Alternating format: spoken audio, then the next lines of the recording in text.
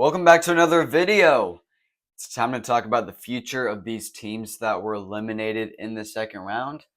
I know I'm a little late. I know Western Conference Finals Game 1 was last night, but I feel like this is something I wanted to do. I just didn't get to it in that one day between Game 7 and the first game of the Western Conference Finals, so we're going to do it today.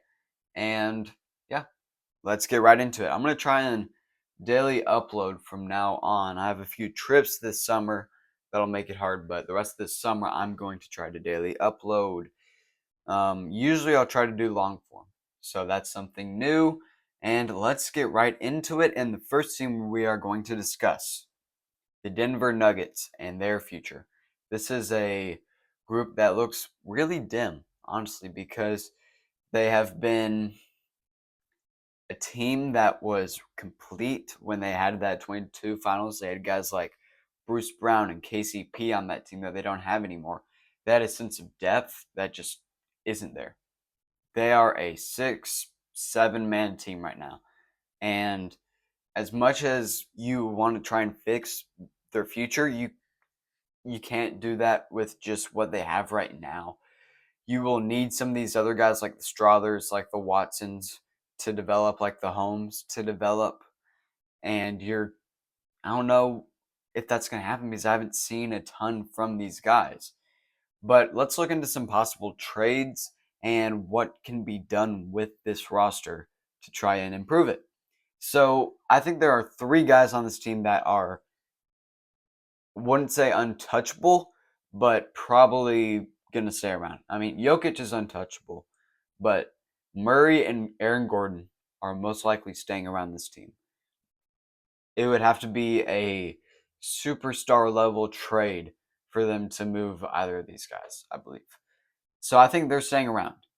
Christian Brown is on that level too. He's close, but I don't think there's no trade they wouldn't do. He's on a very low contract right now. He has high value, and if you can move him for a guy that can actually create their own offense, which Christian Brown can't do, I think you would have to look into that. Now, Brown is a great defender. He's most of their perimeter defense on that team, but he can't create offense on his own. He's a 3-and-D guy. So, actual trades that could happen. A couple days ago, the day after they got eliminated, I was looking at trades. There was only one that I could find that made sense, and it was a 3-teamer, and I'm not even sure if it makes that much sense, but Cam Johnson, whoops, Cam Johnson would have to be a Denver Nugget in exchange for Michael Porter, because this Michael Porter, this experiment, it's not working out. He has 2 years left on his deal, $40 million. That's a lot of money to pay for a guy who is really shaky. We saw this throughout the whole playoffs. He'll have games where he's scoring 25 points and hitting 5 threes in a game, and you're like, yeah, he's worth that 40 mil. And then you have games where he drops 4 and he's 0 of 11 from the field in 22 minutes. So, I mean, it's just too inconsistent, doesn't produce, not the defender he used to be, injury prone, and I think you probably got to let him go. And Cam Johnson, on a very smaller deal, he's a guy who makes sense, but you can't do this straight up because the Nuggets are in the apron, and it would be very hard to match this straight up. I think it's almost impossible. They would have to trade Cam Johnson and Nick Claxton to get Porter, and the Nets wouldn't do that. So the one trade I could find was trading Cam Johnson and Claxton together, not to the same team, but to separate teams. This would be a trade where Nick Claxton goes to the Lakers and Cam Johnson goes to the Nuggets. So let me just put this in real quick how this would work. You would send Michael Porter Jr. to the Nets.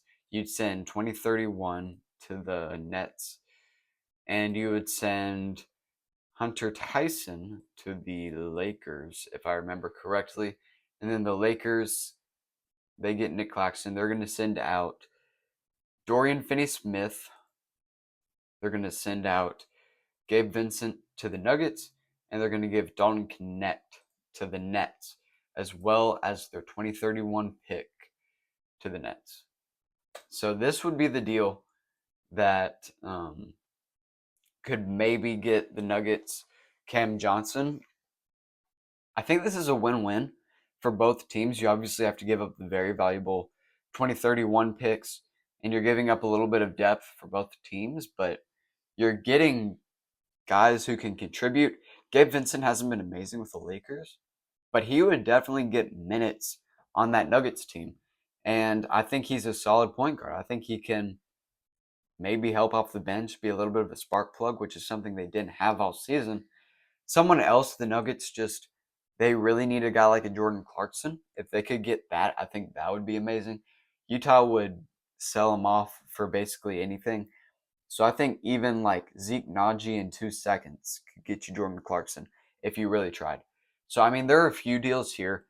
It's not a lot, and there's not a lot of flexibility, but I don't think there's any big move on the table for the Nuggets that really just clicks and they get back into that title contention. I think you've got to retool around Jokic and find guys that can score, defend, and just be good role players. And maybe add a little bit more depth to that team if you can. In this trade, you're doing basically a 2-for-1. I mean, Hunter Tyson, you're trading him away. Hunter Tyson isn't anything. So, I mean, you're trading Michael Porter Jr. in 2031 for Cam Johnson and Gabe Vincent. That's not too bad of a deal, and you're freeing up $8 million in cap space, and Gabe Vincent's expiring. So, I mean, you're saving $20 million in the 2026-2027 season. And that could be very valuable money in free agency to bring in someone on a mid-level and really just help bring in more depth or even bring in a really good role player. So that's where my head's up for the Nuggets. And let's move on to an Eastern Conference team in the Cleveland Cavaliers. So this is a team where it's really interesting what they're going to do because the East is going to suck next year. The East is very weak. Let's look at the teams in the East right now compared to the West. Let's take a peek at the West first.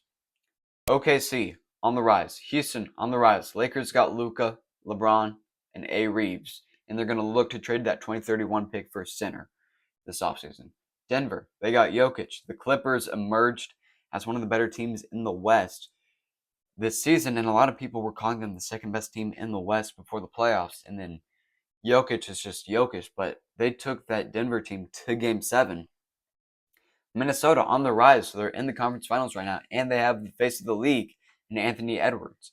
Golden State still got Steph and Jimmy. We'll talk about them as the next team and their future. Memphis still has Ja, Triple J, Desmond Bane, Zach Edey. They have guys in Memphis. They're not someone to look past. Sacramento, yeah, don't worry about Sacramento. Dallas, Anthony Davis, Kyrie Irving, Cooper Flagg, Daniel Gafford, Derek Lively, PJ Washington, Dante Exum. They have pieces. Or not Dante Exum, Najee Marshall. They have pieces. Spencer Dinwiddie. They have players on that team that can contribute and that are actually really good. And if they stay healthy, they're going to be one of the better teams in the West. Phoenix is probably going to rebuild. San Antonio, man. They have Wemby, Fox, and they're going to try and build around them even more and maybe even get Giannis. I think Giannis could get traded over here or someone from the Celtics. There are a lot of things going on in the West. And then you look at the East. Boston is falling apart. We're talking about Cleveland right now. The Knicks and the Pacers, they're in the conference finals right now. Do you feel super strongly about either of those teams? I don't. Because I feel like both these teams would maybe be in that 6 to 8 range in the West. Milwaukee, they're going to lose. They're not going to have Dame, and they might lose a guy in Giannis, who's one of the best in the league. Detroit is on the rise, but they're still I don't think they're going to be in that superstar level. Orlando's going to be good. Then you get down to these guys, and it's like Atlanta, Chicago, Miami, Toronto, Brooklyn, Philly, if they can stay healthy, might be good. But it's really a weak East. So I think you're the Cavs. You just won 64 games. You have 4 really good guys. And then DeAndre Hunter, who's also really good. And then off that bench, you got guys like Max Strus, Dean Wade, Isaac Okoro, Ty Jerome. If you can bring him back, which I don't think they're going to be able to at all. So look at this apron. You're definitely going to lose Ty Jerome this offseason. But you have a competing team. And in this East, it's not unrealistic to pencil in the Cavs going to the Eastern Conference Finals or even the Finals with this roster. So I think you have to keep it mostly the same. But if it were going to be a trade, it would be Jared Allen, even though I don't think that makes too much sense. I think Evan Mobley, defensively, what makes him so good, what got him the Defense Player of the Year award, is his ability to roam, kind of be that off-ball guy, not the number one center on the team. And if you trade Jared Allen away, it would presumably be to get a better perimeter defender, which the only perimeter defender in their starting lineup right now is DeAndre Hunter. So that would be what that's for, to get more perimeter defense. But if you do that, you're taking away Evan Mobley's ability to roam in the paint and really make a difference on the game in that way. You can't do that as much when you're playing the pure center position. That's why Giannis, even though he has the body to do it, stays at the power forward position. So I think it's pretty simple for the Cavs. Run it back and just don't do anything too dramatic. Now, the Warriors, that's a different story. Because I thought for a while, what is this team going to do? And it's going to be tough. But one of the things you have to do is you have to sign and trade Kuminga, because he's just not a contributing guy on that team. He really needs to be the focal point of an offense to do anything. I don't know what team wants him to be the focal point of their offense, but it definitely isn't Golden State. And when you're looking at teams who might be willing to maybe take a flyer on Kuminga, you're looking at guys like the Pistons, maybe the Nets, maybe the Raptors. Probably not the Raptors. They have a lot of guys already. Maybe Sacramento to something. I don't know. But there's not a lot of options. You probably just want to sign and trade them and get them off your team. You don't want to attach any picks or anything to get them away, but if you can get a little bit of return, maybe a good contributing role player, that might be something to consider with Kuminga. Or you could use him as a piece in a bigger trade to get a bigger player, because you got to get another guy on that team. And this is where I'm going to go. You've got Steph Curry, you've got Jimmy Butler on the offensive side. And then you look at everybody else that can actually contribute on that side of the ball. You're looking at Buddy Hield, who at times looks like prime Steph Curry, and at times looks like prime Rudy Gobert shooting the ball. You got Brandon Podziemski, who just, I don't think he's that guy. I don't know why they didn't trade him for Laurie when that was an option, but if that happens, maybe you don't get Jimmy. So who knows? And then the rest of these guys, just streaky shooters or guys who can't create their own shot. And then Draymond's just going to be there. He's never going to be a great offensive force. So you need another guy. And the team that I kept coming back to was the Celtics, because we're going to talk about them next too, so I don't want to dive too deep into them. But they have guys who can create enough offense, but also really build up this defense. And if you have a defense that has guys like Jimmy Butler, Draymond Green, either a Drew Holiday, Derek White, Kristaps Porzingis on it, that's a scary unit, and you're able to get more offense. So let's take a quick look at the C's here. All 3 of these guys, I think, will be up on the trade table this offseason. And if you're the Warriors, you need a center. If you feel confident in Porzingis and his health, which I wouldn't, I don't know who would trade for him, but he isn't expiring, you can make a deal work for Kristaps. you could do a sign and trade for Kuminga. I don't feel like the Celtics would be a team that would want Kuminga, but even if they don't, I mean, yeah, I don't know. Maybe it's a 1 year expiring deal for Kuminga, like a 1 year 10, and then you trade, or a 1 year 20, and then you trade Moses Moody as well. Then you're getting Kristaps, and that opens up a starting lineup of Steph, Buddy Hield, Jimmy Butler, Draymond Green, and Kristaps Porzingis. Not a terrible starting five. Or you could go the route of Derek White, in which you would probably do what? Buddy Hield, Moses Moody, and would that work? I think this could work. That would work. So I mean, Celtics would want more than that. Maybe they have a lot of picks. It could be a 2027 unprotected first as well.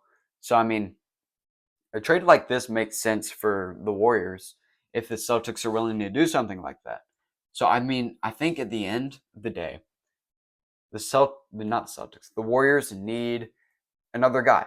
They need another offensive piece, and they got to keep building up that defense because there were stretches of last year where that defense looked really, really good.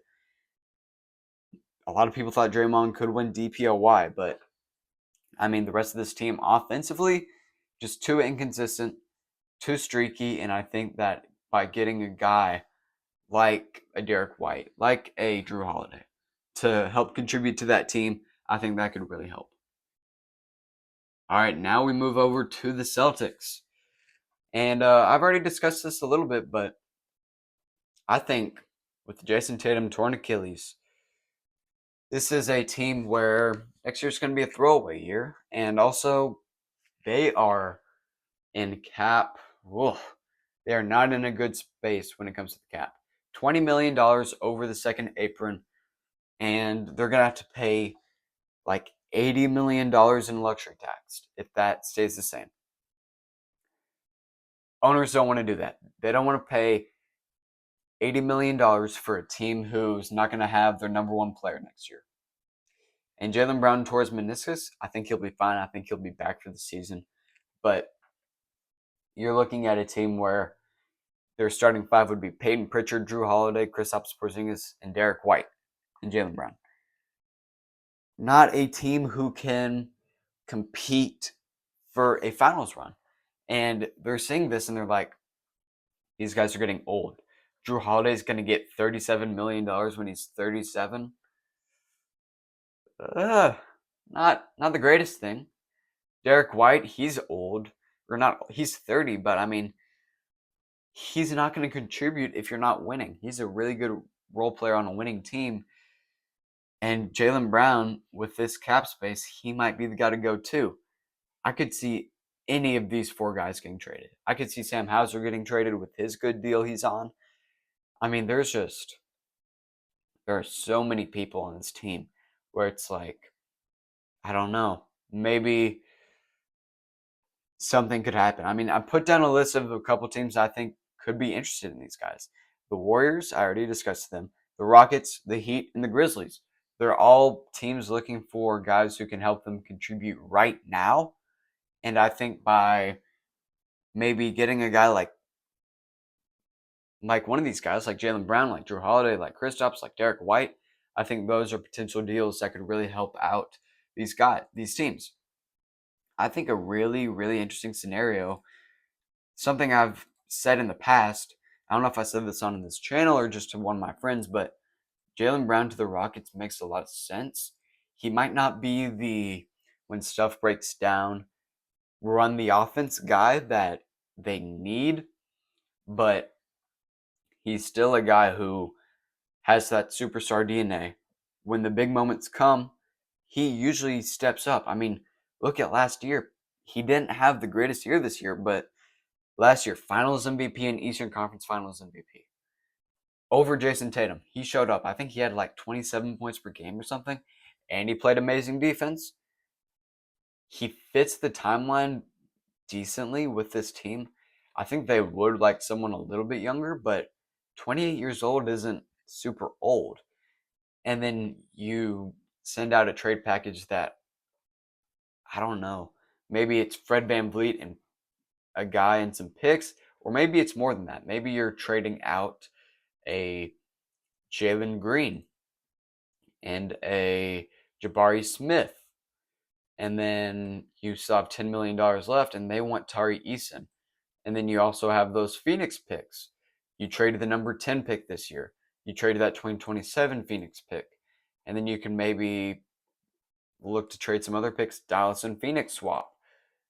There are potential trades on the board that could get Houston Jaylen Brown if that's the way they want to go. Or even if Miami wants to go that route, let's explore that real quick because I think that's a really interesting scenario as well. You look at them, they have a lot of contracts. Terry Rozier on an expiring could happen. And then you have some young pieces like Jovic, Khalil Ware. And then you still got to make up some money. But they have a ton of cap this offseason. They could make these 3 guys work. And then also give away the 20th pick, trade 2029 and 2031 picks.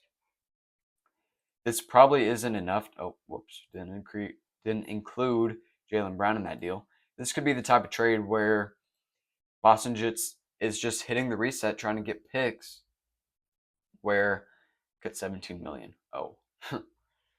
I don't know. I don't know the exact trade, but I feel like there's a potential Jaylen Brown thing, but I think where they would look first is trading a guy like a Kristaps, a Drew, or maybe a Derek White. Derek White's definitely the most valuable out of all those guys.